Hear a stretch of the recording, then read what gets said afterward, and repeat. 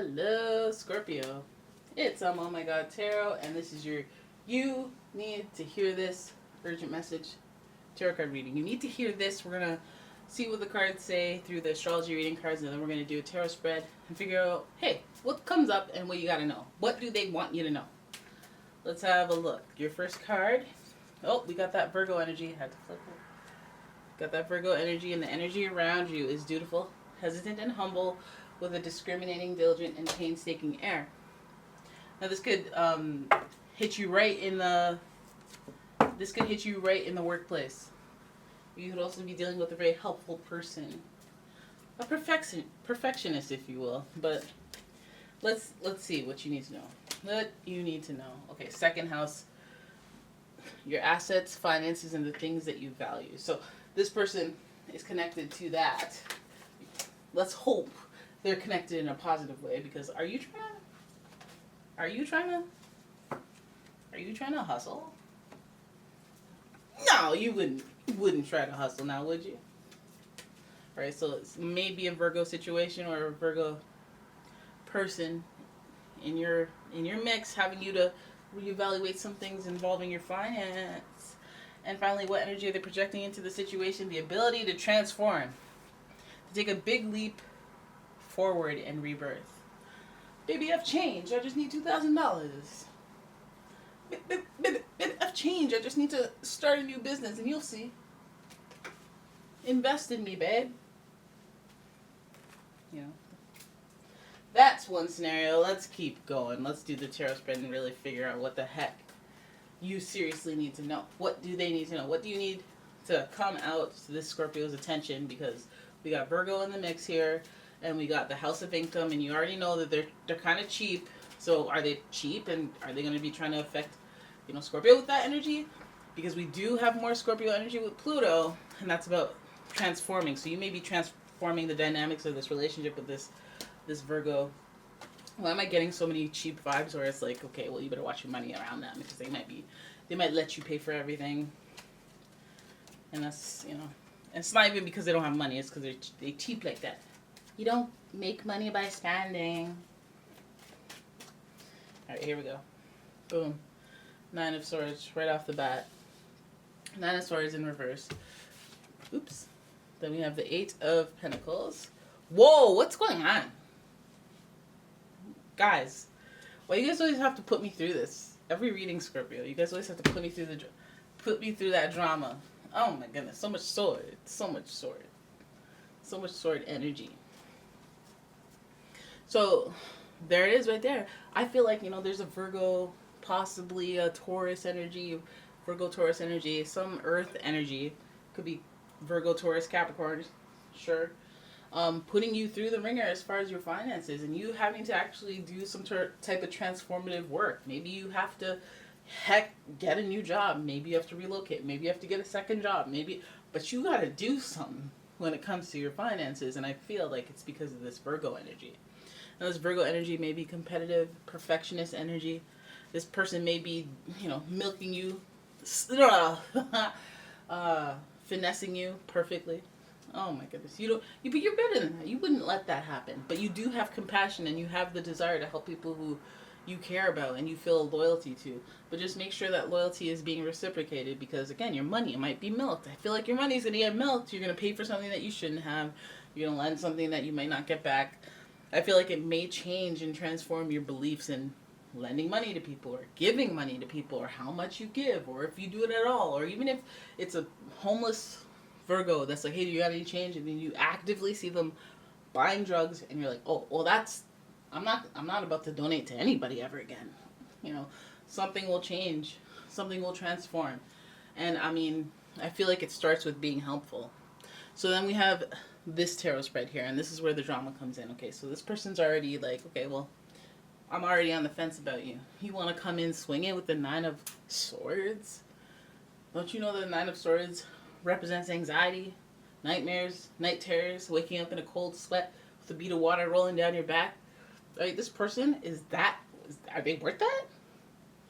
Right? Are they worth that? I feel like for some of you, this might not even be a person. It might be embodied in a workplace.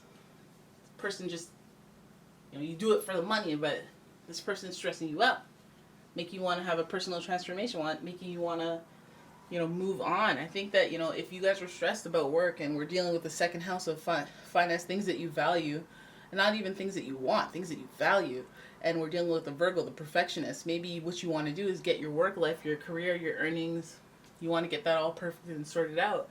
Maybe you're not passionate about where you work and you dread going in every day. We do see the Eight of Pentacles here. Usually what's a focused being is narrowly focused on doing a great job, having high quality, you know, and it feels like it's sandwiched between no matter what you do, no matter how hard you work, you will churn out all that effort into one thing, and then another thing, and then another thing, and then another thing, but it takes up so much time, and you have like a limit on what you can actually create in a day. So I feel like even with your earning potential, you might feel a little bit limited and feel anxious or feel like there's a dead end around your work. Like there's not even more you can do to make money, and you're not allowed to do this because then it's not, and all these little things that pile up and get all these swords and energies of conflict around you and chaos, and it's not all that cute.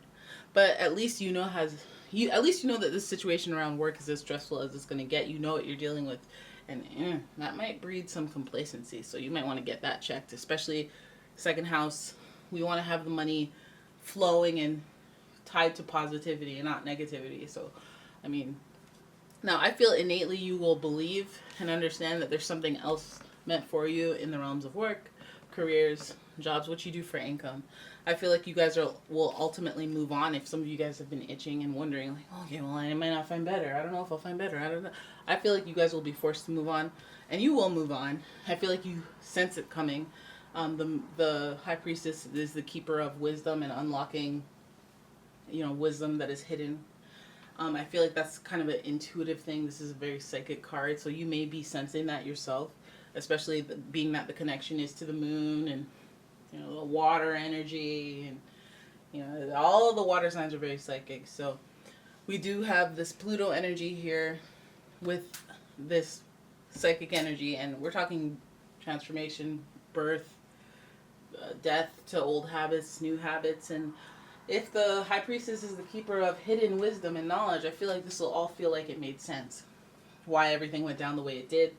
That the stress and the anxiety that you're feeling about, and the feeling of the unknownness of it all. Like, I don't know what's next, but I can't keep doing this type energy is making you anxious and making you want something. You want it to end, right? But you don't know how it's going to end, and that's what keeps you up at night. And so you keep your head down and you go to work and you do your job, but you ain't happy. But I feel like there's something up your angelic sleeve, and you need to know this. You need to know that there's stuff that you don't know that is happening in the background. That there is inner workings of transformation, outer workings of transformation, ethereal transformation, energetic, spiritual, and a lot of your beliefs and a lot of everything that you manifest starts with the thought. And we have a lot of thoughts here, but they're all stressful, okay? Because we don't want that. We want to create some positive stuff.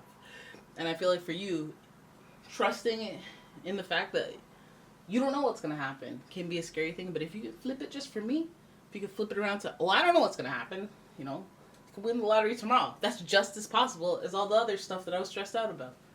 So I'm just going to be chill. I'm going to be cool until something good happens. Okay, I'm waiting for something good to happen. Because, you know, something good could happen. Now, I feel like, you know, life will push you to move on. So it's like you don't have to initiate you know what, I quit. Heck, don't ever quit before you have something else, by the way. The Six of Swords would suggest moving on is hard, difficult. You don't know how it's going to go down, but rebirth and transformation will support you. That energy will support you. That planetary support will support you, along with the High Priestess and her unknown wisdom, which is, I feel like, a reason to be optimistic. All right, so there it is. That's your reading. I hope you guys enjoyed it. If you did, please give the video a thumbs up, subscribe to the channel, leave a comment, share the video, and if you'd like your own personal reading, please check out the description. And yeah, follow me on all my social media, Twitter, Instagram, and Pinterest, Tumblr, all that. And yeah, I'll see you guys in the next one. Thank you for watching. Bye-bye.